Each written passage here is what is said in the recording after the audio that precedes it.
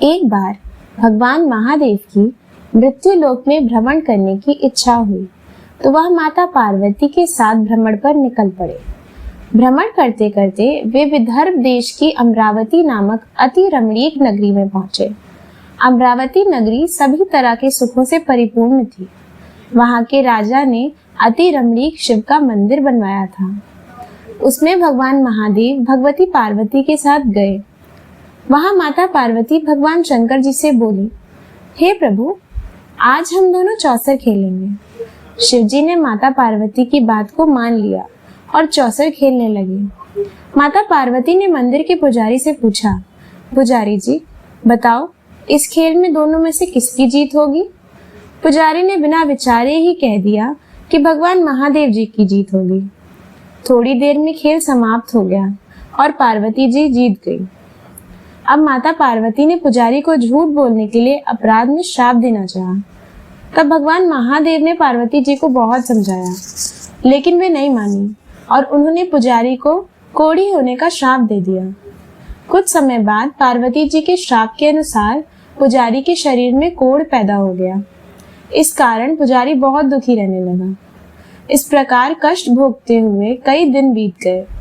एक दिन स्वर्गलोक की अप्सराएं शिव जी की पूजा करने के लिए उसी मंदिर में आईं और उन्होंने पुजारी के कोढ़ के कष्ट को देखकर बड़े दया भाव से उससे यह रोग होने का कारण पूछा। पुजारी ने निसंकोच सारी बात उन्हें बता दी।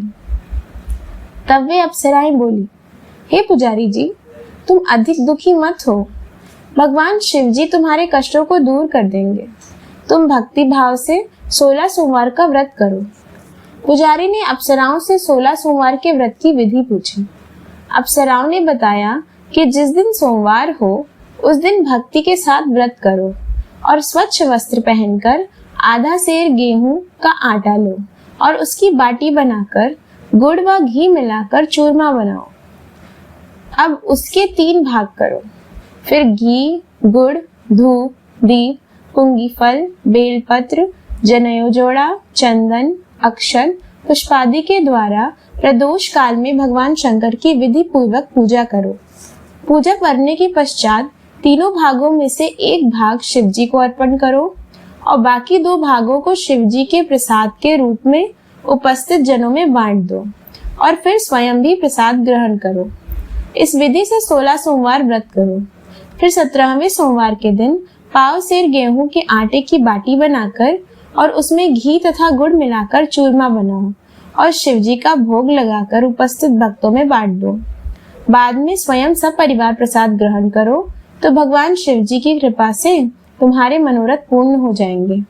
ऐसा कहकर अप्सराएं स्वर्ग को चली गई। ब्राह्मण ने यथाविधि 16 सोमवार व्रत किया तथा भगवान शिव जी की कृपा से कोढ़ से मुक्त होकर आनंद पूर्वक रहने लगा।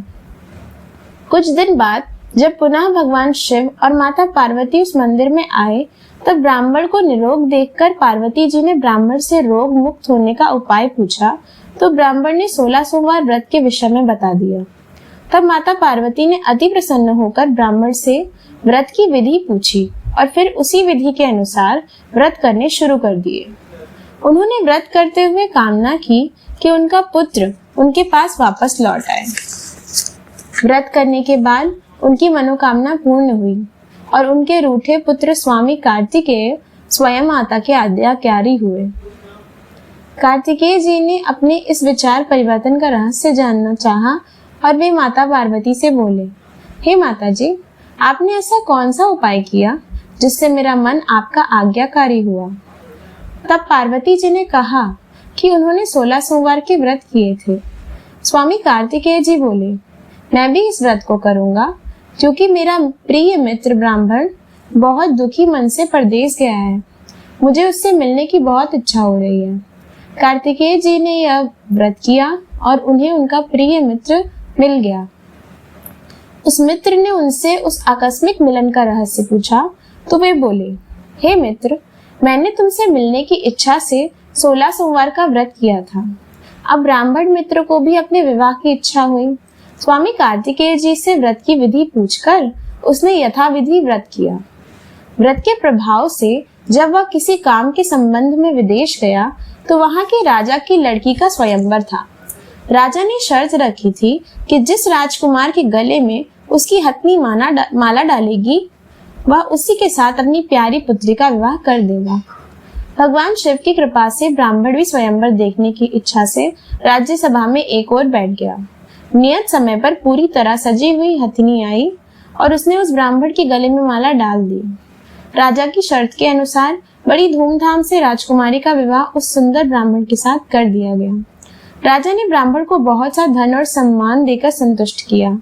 ब्राह्मण सुंदर राजकुमारी के साथ सुख से जीवन व्यतीत करने लगा।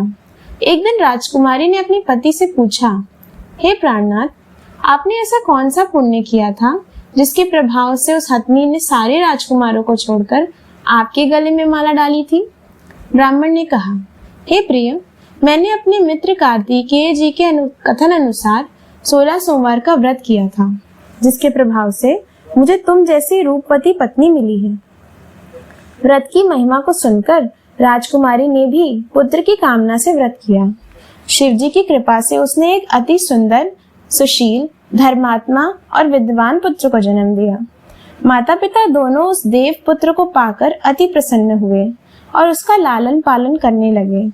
जब पुत्र 16 वर्ष का हुआ तो एक दिन उसने अपनी माता से पूछा, हे माँ, तुमने ऐसा कौन सा व्रत एवं तप किया जो मेरे जैसे पुत्र को जन्म दिया? तब माता ने पुत्र को अपने किए हुए 16 सोमवार के व्रत को विधि सहित बताया। पुत्र ने ऐसे सरल और सब तरह की मनोकामना पूरी करने वाले व्रत को सुना तो वह भी राज्याधिकार पाने की इच्छा से हर सोमवार को यथाविधि व्रत करने लगा।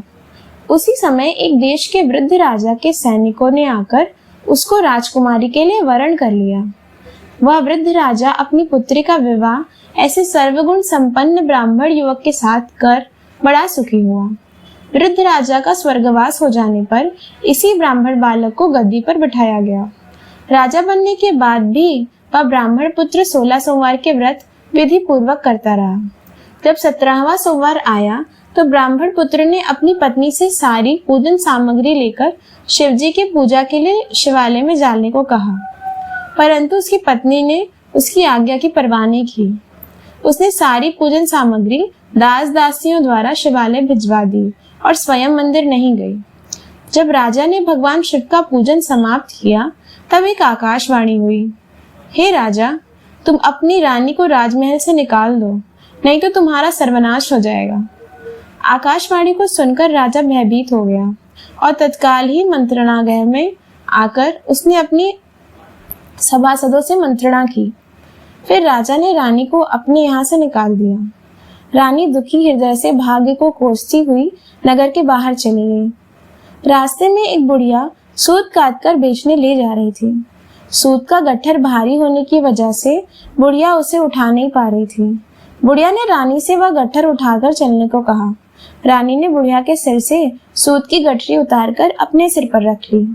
थोड़ी ही देर बाद बहुत तेज आंधी आई और बुढ़िया का सूत पोटली सहित उड़ गया।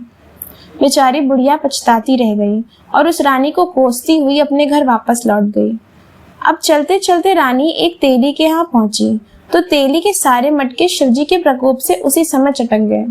ऐसी दशा देखकर तेली ने रानी को वहां से भगा दिया।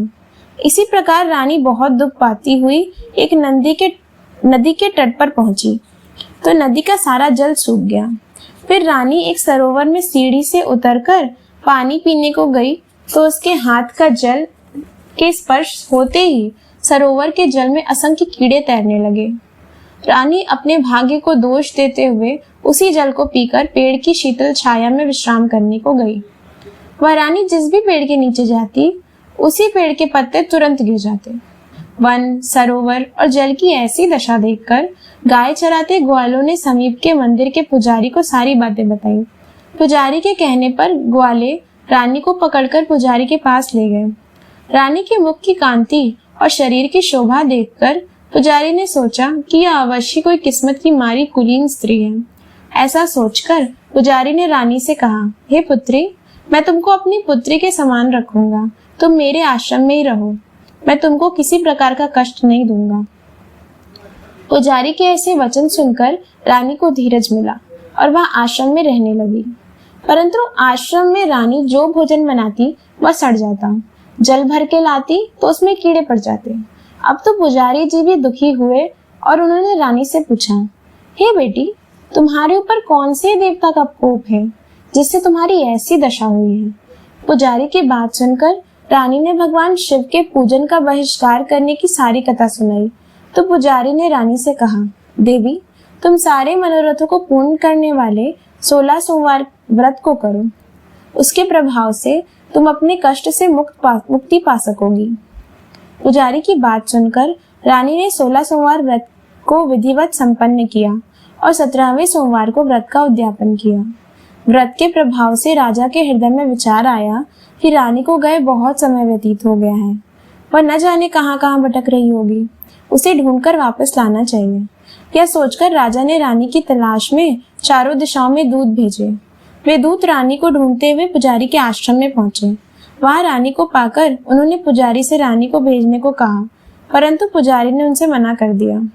तब दूत चुपचाप लौट गए और आकर महाराज के सम्मुख रानी को आप पता बतलाया। रानी का पता पाकर राजा स्वयं पुजारी के आश्रम में गए और पुजारी से आदर पूर्वक बोले, महाराज, जो देवी आपके आश्रम में रहती हैं वह मेरी पत्नी है। शिवजी के कोप के कारण मैंने इन्हें त्याग दिया था। अब इस पर से शिवजी का प्रकोप शांत हो गया है, इसलिए मैं इसे लेने आया हूँ। आप इसको मेरे साथ जाने की आज्ञा दीजिए। पुजारी ने राजा के वचन को सत्य जानकर रानी को राजा के साथ विदा किया। रानी खुशी खुशी राजा के साथ महल में आई। नगर में अनेक प्रकार के बाजे बजने लगे। नगरवासियों ने पूरे नगर को तोरण बंधन वारों से नाना प्रकार से सजाया। घर घर में मंगल गान होने लगे। राजा ने अनेक तरह से ब्राह्मणों को दान आदि देकर संतुष्ट किया। याचकों को अन्न, वस्त्र, धन आदि दिया। इस प्रकार राजा शिवजी की कृपा का पात्र हो राजधानी में रानी के साथ सुखपूर्वक रहने लगा। भगवान शिवजी की कृपा से उसे एक सुंदर पुत्र हुआ। विधिवत शिव पूजन करते हुए इस लोक में अनेकानेक सुखों को भोगने के बाद वे दोनों शिव धाम को पधारे। इस प्रकार जो मनुष्य मनसा, वाचा, कर्मणा भक्ति सहित 16 सोमवार का व्रत पूजन इत्यादि विधिवत करता है, वह इस लोक में सारे सुखों को भोगकर अंत में शिवधाम को प्राप्त होता है। यह व्रत समस्त मनोकामनाओं को पूर्ण करने वाला है। इति 16 सोमवार व्रत कथा।